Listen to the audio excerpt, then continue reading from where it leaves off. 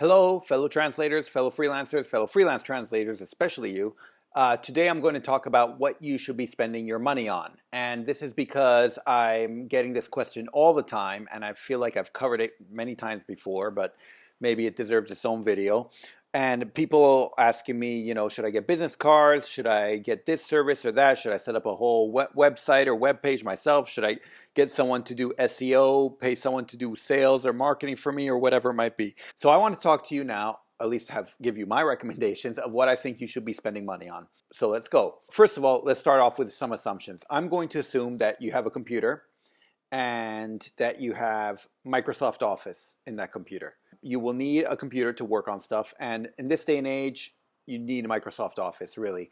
I've worked with a couple people who don't have it and who work with some of the free alternatives like Google Docs, I think, stuff like that, but I kept having issues of formatting. They might have gotten better since then, but if you have Google Docs, the Open Office, or whatever it might be, I've had issues with all of those anytime I try to collaborate or work with other translators who have them. And quite frankly, I kind of just don't want to deal with them anymore. And I think this is the same for a lot of people. There are already enough issues between Mac and PCs, but you can deal with them a lot more easily. So I'm going to assume that you have a computer of whatever type you had. And I've covered before what I have. I have a MacBook Air. That's my one and only computer, whether I'm at home or anywhere else, and I do everything from there. And that's, I think, the smallest type of MacBook, by the way.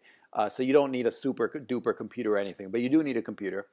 You do need MS Office, I think, especially Microsoft Word and Excel. PowerPoint probably too. A lot of times you need to do translations directly on PowerPoint, but you need those. I don't think there's any way to get around that fact. And yeah, and then an internet connection. And so I'm going to assume you have those. If you have a computer, an internet connection, an MS Office, then you're kind of good to go. But if you want to get started, there are some things that are worth spending money on at the beginning. And so I wanted to cover those with this video. So let's get into that. The first thing that I think is worth spending money on is a Prozcom account. Prozcom is the main place where you can get jobs, where people look for translators and where people can apply for jobs, etc., etc. You all know that. And you can sign up for free, but if you do, then every time you want to apply for a job, you have to pay a little bit of money. And quite frankly, the math to me works out best if you just pay up front for the yearly subscription. They used to have half-year subscriptions. They don't anymore. As of my recording of this, they have a yearly subscription for $120, which usually they discount to $110, and that's it. And I do think it's worth it. $120 US, by the way, or it'll be the equivalent of wherever you are. You can pretty much get it in any country you're in. That's the first thing you should be spending money on. Obviously, you have to then upload your information, your resume, all your stuff like that, but that you can type it in. You don't need to pay anything or anyone for that. Even your user picture profile, if your computer has a webcam, then just take a picture like this, and this is what you'll see, basically the way you see me, and that's perfect.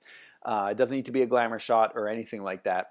And so none of that you need money for. But yeah, the Prozcom is the first thing that I think you should be spending money on because it is useful, and I think, like with everything else, this is a business decision. And I do think that if you use it correctly, you will make more money than you spent on it. So it's worth it in terms of a business decision.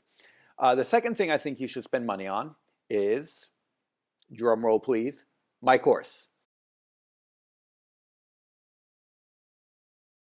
And if you thought I wasn't going to plug my stuff in, well, I'm sorry to disappoint you. But my course or my book, either one. And the reason being is, I mean, of course I think it's worth it.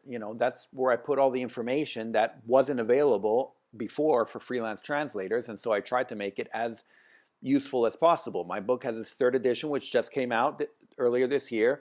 The course I keep updated as well. It costs less than Prose, and you definitely get your money's worth if you use it correctly.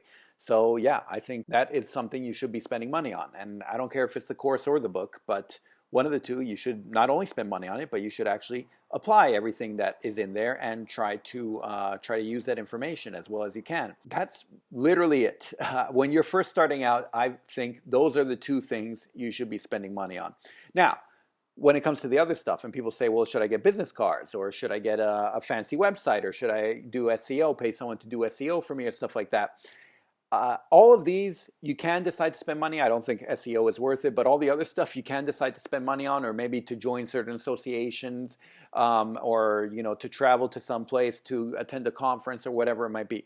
You can do all those things, but I usually recommend doing those things using profits. Once you start making a little money, you've had your first job and you made 50 bucks, say, you can spend 25 of those bucks to get your first set of business cards. So then you can meet people face to face and do that. And the reason I do this, and this is, by the way, this is just following the lean startup method, which is basically to do that, to spend as little money as possible and just use what profits you make as you grow to invest in bigger, better stuff as you go along. And I find that makes a lot more sense, because otherwise you can very easily spend a ton of money before you even get started. And the one thing I can guarantee, if you spend a lot of money before you get started, is that you will have spent some money on the wrong stuff. Absolutely. If you make a website, you'll find out after 6 months that you should probably change a bunch of stuff on the website. Or if you get business cards, you'll find out later that you should have changed something on the business card, or you should have used a different company, or whatever it might be. Or I don't know, whatever the decision is. But as you're going along, if you start spending money after you've already started, you'll have a lot better idea of what your offer is and what you want to portray in your business card or your website or something like that. And so I think it's better all around to do it that way. It also, by the way, gives you more incentive to make money, because then you can use that money to build up your business and make it bigger and stronger. And those are usually my recommendations. If you're going to spend money ahead of time, get Prozcom and get my course or my book, and everything else you can do based on profits that you made thanks to those two. And yeah, that's pretty much all I have to say. Feel free to let me know if you disagree with me, if you think there is something else that you should be spending money on ahead of time. But that's usually what I recommend to most people when they ask me that question of, should I get business cards, should I get this, should I get that, or whatever it might be. And that's usually what there are a lot of things you can't spend money on. A lot of things maybe you should spend money on at some point, but not when you're first starting out, and especially if you're trying to not spend too much money when you're first starting out and trying to build up your money. Hopefully you can use this and find it useful while you're embarking on your journey as a freelance translator. Otherwise, I will talk to you next time. Thanks. Bye. Savedum.